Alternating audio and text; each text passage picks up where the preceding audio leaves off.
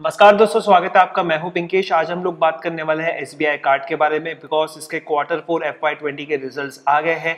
ऐसे में ये बाय बनता है, सेल बनता है, एवरेज करना चाहिए कि नहीं करना चाहिए, वो सभी बातें हम लोग इस वीडियो के अंदर में देखेंगे। तो इसके रिजल्ट्स का हम लोग एनालिसिस करेंगे, कुछ और फैक्ट्स वगैरह देखेंगे एंड फाइनली इसके लेवल्स, टारगेट्स, वैल्यूएशन पे भी बात करेंगे और एक कंपनी के साथ में इसका कंपैरिजन भी करेंगे। तो चलिए दोस्तों शुरू करते हैं। सबसे पहले हम लोग देख लेते हैं कि इसकी हाईलाइट्स क्या है। तो यहाँ पर मैंने इसको 4 पार्ट्स के अंदर में डिवाइड करके रखा है, जैसे कि आप देख सकते हैं revenue, profits, NPA and Covid का इफेक्ट। तो ये आपको नॉर्मली किसी भी न्यूज आइटम में मिल जाएगा। सबसे पहले रेवेन्यू की बात करते हैं तो इनका रेवेन्यू क्वार्टर के हिसाब से जो है 21% अप गया है, 2510 करोड़ पर ये पहुंचा है दोस्तों, और जो पिछले क्वार्टर के अंदर में 2076 करोड़ रुपीस था। तो ग्रोइंग कंपनी है, तो इसमें आपको जो है रेवेन्यू का ग्रोथ यहाँ पर दिख रहा है, दैट्स अ पॉजिटिव साइन। अगर दोस्तों प्रॉफिट्स की बात करें तो उनका प्रॉफिट्स अगर हम देखें वाई बेसिस पर, यानी कि पिछले साल का सेम क्वार्टर देखें तो 66% तक इनका प्रॉफिट नीचे गिरा है और इनका जो प्रॉफिट है वो आ गया है 83.5 करोड़ पे, जो हुआ करता था 249 करोड़ रुपीस पर। तो यहाँ बहुत ही सिग्निफिकेंट फॉल आया है। It is because of the provisions that they are made. दोस्तों अगर एनपीए की बात करें तो इनका जो ग्रॉस एनपीए है, ये ग्रॉस एनपीए पिछले साल के मुकाबले आप देखेंगे दोस्तों 2.44 से 2.01% पर आ गया है। तो यहाँ पर जो है पॉजिटिव दिखता है। और वहां पर इनका जो पीसीआर है, पीसीआर का मतलब होता है प्रोविजन कवरेज रेशो, यानी कि कितने होने वाले बैड डेट्स को इन्होंने प्रोविजन के रूप में कवर कर लिया है, तो ये 67% दिखता है।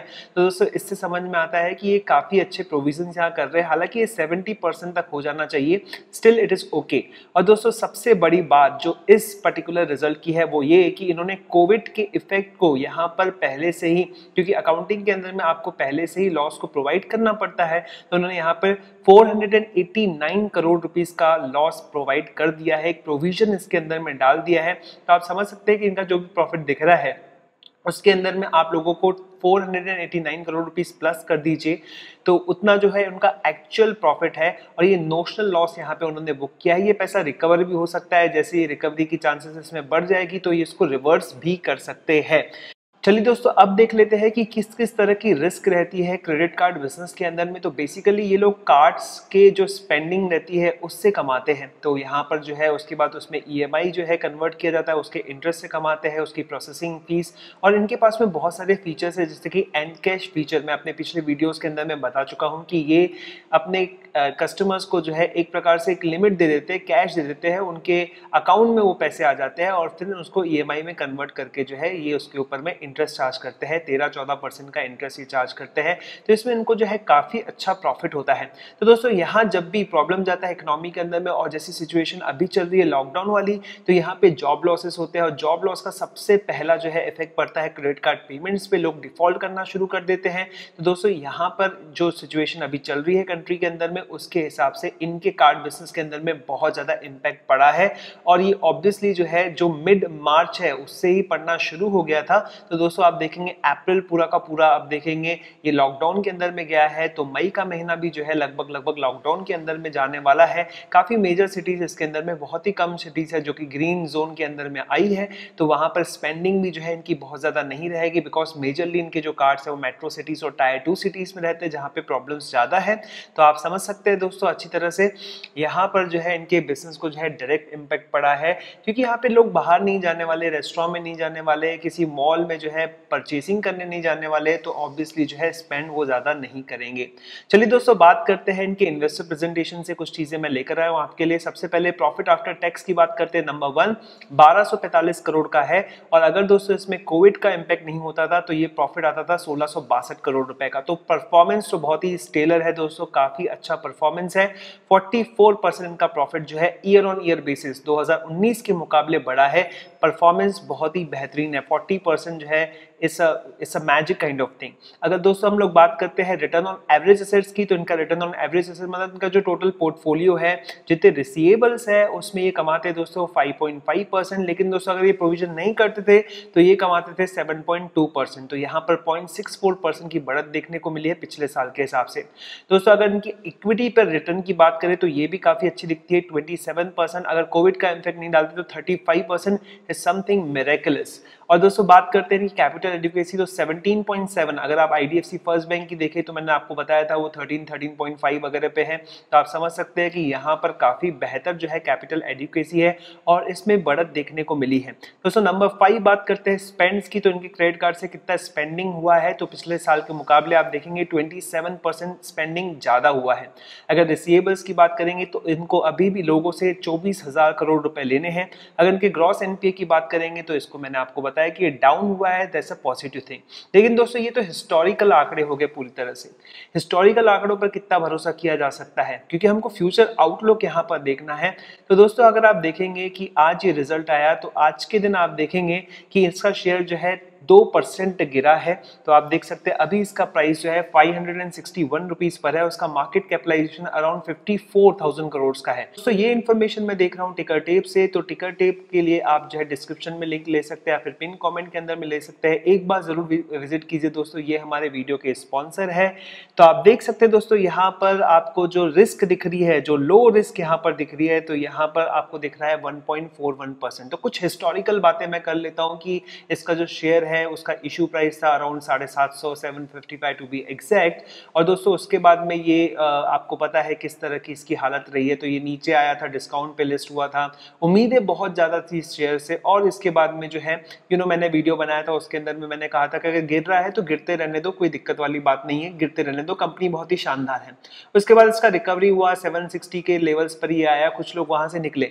लेकिन उसके बाद में एक और चीज जो है समझ में आई रही थी कि एक महीने के बाद में जब एचएनआईएस अपने स्टॉक को बेचने लगेगी तब क्या करना है।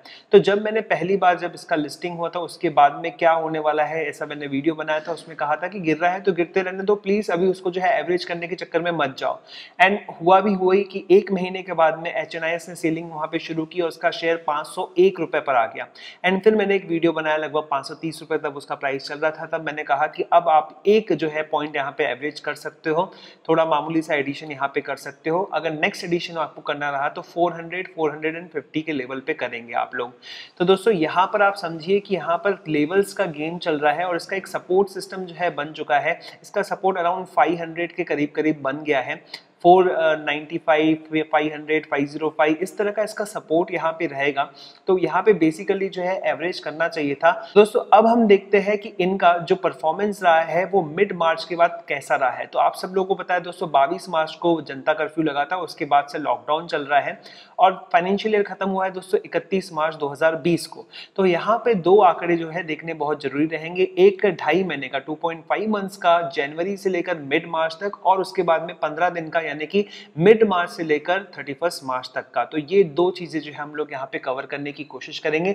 तो ये इनके इन्वेस्टर प्रेजेंटेशन के अंदर में है, इसके लिए मैंने अलग से कोई कैलकुलेशंस वगैरह नहीं किए। नंबर 1 न्यू अकाउंट्स, तो पहले 2.5 महीनों के अंदर में 10,000 अकाउंट्स नए खुल रहे थे दोस्तों। उसके बाद में ये जो सेकेंड हाफ है मार्च के अंदर में वो 4,000 हो गया। अब दोस्तों आप कैलकुलेशन करेंगे तो देखिए मेजर जो है 10,000 का जो ये पर्टिकुलर एवरेज चल रहा था वो अगले 7 दिन तक भी आप कंसीडर करेंगे 22 तारीख तक तो उतना ही है, यानी 22 तारीख के बाद में बहुत ज्यादा अकाउंट्स यहाँ पे नहीं खुले हैं।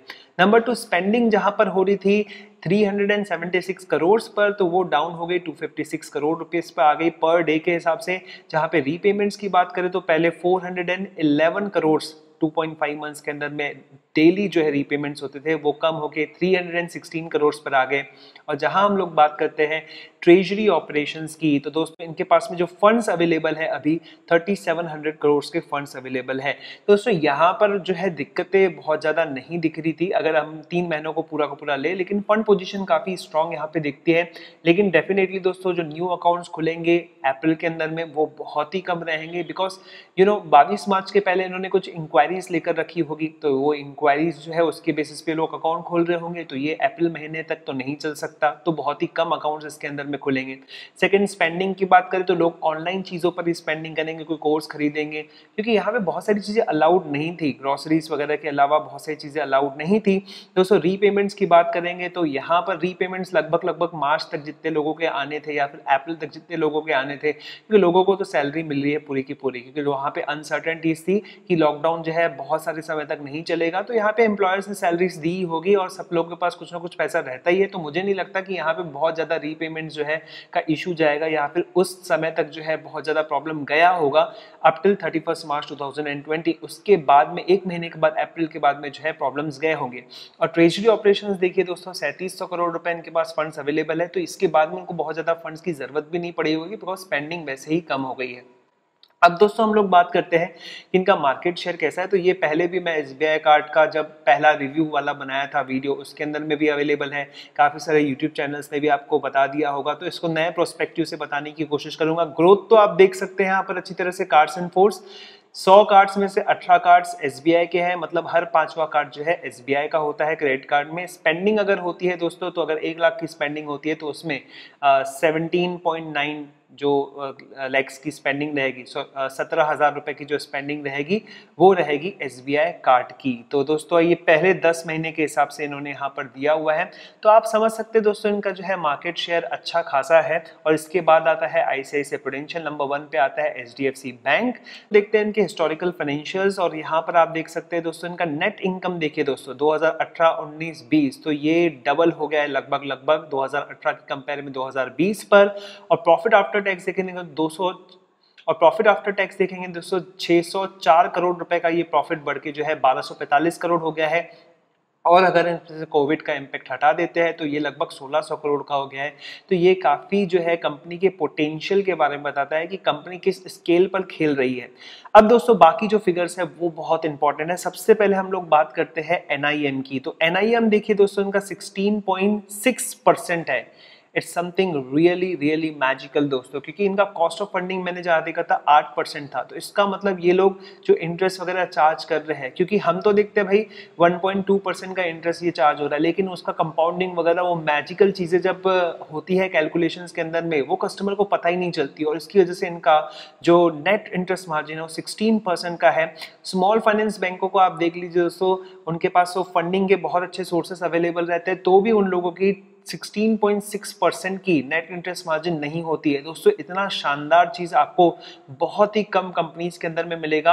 एंड आई गेस मैं जितनी भी कंपनीज जो है एनालाइज कर रहा हूं, अब तक सबसे ज्यादा मैंने नेट इंटरेस्ट मार्जिन यहीं पर देखा है 16.6%। कोई और होगी तो मुझे वीडियो में कमेंट करके बताइए नीचे कमेंट सेक्शन के अंदर में।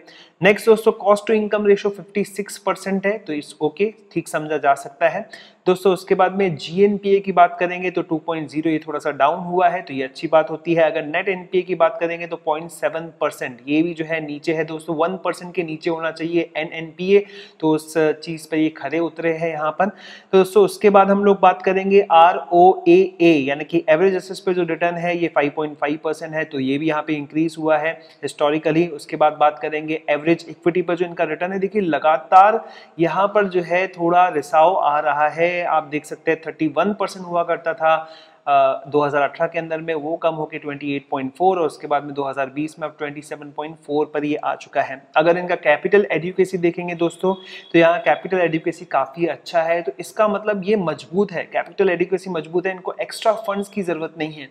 आप देखिए कितने सारे फाइनेंशियल इंस्टीट्यूशन से एक्स्ट्रा फंड जुटाए, जैसे कि मन्नापुरम में देखेंगे उनको 500 करोड़ रुपए के बॉन्ड्स लेने पड़े, या फिर आईडीएफसी फर्स्ट बैंक को 2000 करोड़ रुपए के प्रेफरेंशियल अलॉटमेंट्स वगैरह करना पड़े।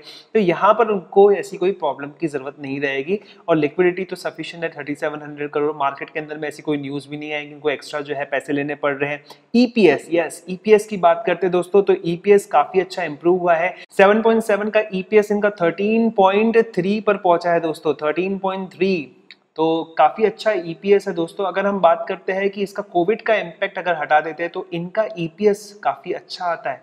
इनका ईपीएस अराउंड 16-17 के आसपास आता है। तो जब वैल्यूएशन वाला पार्ट आएगा उसमें थोड़ा और हम इसको कवर करने की कोशिश करेंगे। चलिए दोस्तों यहाँ पर आप देख लीजिए इम्पेयरमेंट लॉसेस, एसेट क्वालिटी वगैरह की बात की गई है, तो इसमें ऑलमोस्ट बहुत सारी चीजें हमने डिस्कस कर दी है। तो यहाँ पर 489 करोड़ रुपीस का कोविड इम्पैक्ट डाला गया है, तो ये पैसा रिकवर हो जाता है। देखिए आप इंडिविजुअल को पैसे देते हैं, वो लेट देगा पैसे, आज नहीं अगले साल देगा, वो दे देता है पैसे। तो यहाँ पर जो है टेम्परली चीजें डाउन होती है, लेकिन उसके बाद में इसका जो मूवमेंट होता है वो बहुत ही फास्ट होता है। हालांकि बिजनेस पे इफेक्ट पड़ेगा, लेकिन जो इनका पैसा है रिसीवेबल है वो वापस आने की पूरी उम्मीद है। अब दोस्तों बात करते हैं इनके शेयर होल्डिंग पैटर्न की, तो काफी मजबूत शेयर होल्डिंग पैटर्न है लगभग 70% जो है SBI उसकी सब्सिडीज के पास है, 16% CA रोइंग होल्डिंग्स के पास है। आप इंडिविजुअल्स के पास देखेंगे 5-6% है। तो यहाँ पर काफ़ी अच्छा बैकिंग है फाइनेंशियल इंस्टीट्यूशंस का, म्यूचुअल फंड्स का, और मेरे को नहीं लगता कि ये लोग बेचने पर दिखेंगे, रादर सस्ते प्राइस पर जो है इसको खरीद के एवरेज करने की ही कोशिश करेंगे। दोस्तों अगर मैं इसको कंपेयर करता हूँ बजाज फाइनेंस, तो बजाज फाइनेंस का रेट गिरते गिरते आप देखिए दोस्तों कितना आ गया है, लगभग 2024 पर जो है इसका रेट आ गया है। और जब वो अपने टॉप पे था, मेरे को जहां तक याद है 4950 पर वो पहुंचा था, तब वो अराउंड 55 PE पर ट्रेड करता था। तो दोस्तों इस तरह का जो है मैजिक है बजाज फाइनेंस के अंदर में। तो बजाज फाइनेंस को मैंने हमेशा बोला है कि 2000 के नीचे आया तो एक इंस्टॉलमेंट आप उसके अंदर में डाल दीजिए, हर महीने की SIP शुरू कर दीजिए। अब बजाज फाइनेंस के अंदर में आप देखेंगे जब उन्होंने बिजनेस शुरू किया था 2010 वगैरह में उनका, जब तब उसमें जो है वो लोग व्हीकल फाइनेंस करते थे, लगभग 7% का NPA था। कम होते होते जो है उनका NPA 1% के नीचे पहुंच गया है, और अभी उनके पास होम मॉर्गेजेस है और इतना बड़ा नेटवर्क उन्होंने बना के रखा है। और SBI कार्ड के केस में SBI की वजह से इनको एक बहुत अच्छा नेटवर्क मिल जाता है। तो दोस्तों यहाँ पर जो है SBI कार्ड का आप EPS देखेंगे तो 13 पर EPS आता है आफ्टर प्रोविजन। अगर हम लोग बात करते हैं बजाज फाइनेंस की, तो दोस्तों बजाज फाइनेंस का आप EPS देखेंगे तो इनका EPS आता है 92 पर। तो दोस्तों यहाँ पर जो SBI कार्ड का EPS है 13 आफ्टर प्रोविजन, अगर हम बिफोर प्रोविजन देखते हैं तो 16-17 पर आता है। और जब बजाज का यहाँ पे वैल्यूएशन चल रहा था अराउंड 55 का, तो उसके हिसाब से देखें तो जो इसका इशू प्राइस था वो काफ़ी अच्छा था, रीजनेबल था। एंड उसके बाद जो प्रीमियम मिलता है बिकॉज इतनी बड़ी कंपनी आ रही है, तो दोस्तों उसके हिसाब से हम लोग ये सभी चीज़ों को जो है इन इफेक्ट लेते हैं। तो यहाँ पर जो है ये कंपनी काफ़ी मजबूत दिखती है, वैल्यूएशन वाइज भी जो है अभी इसको जो है बहुत ज़्यादा नीचे जो है गिराया नहीं गया है, मुझे ऐसा लगता है। यहाँ पर जो है विश्वास है लोगों का। अब दोस्तों लेवल्स और टारगेट्स की बात कर लेते हैं यहाँ पर। तो यहाँ पर जो पर्टिकुलरली आपको पैटर्न दिख रहा है वो बियरिश रिवर्सल पैटर्न है, यानी कि यहाँ पर वापस से बढ़त आने की पूरी संभावना है।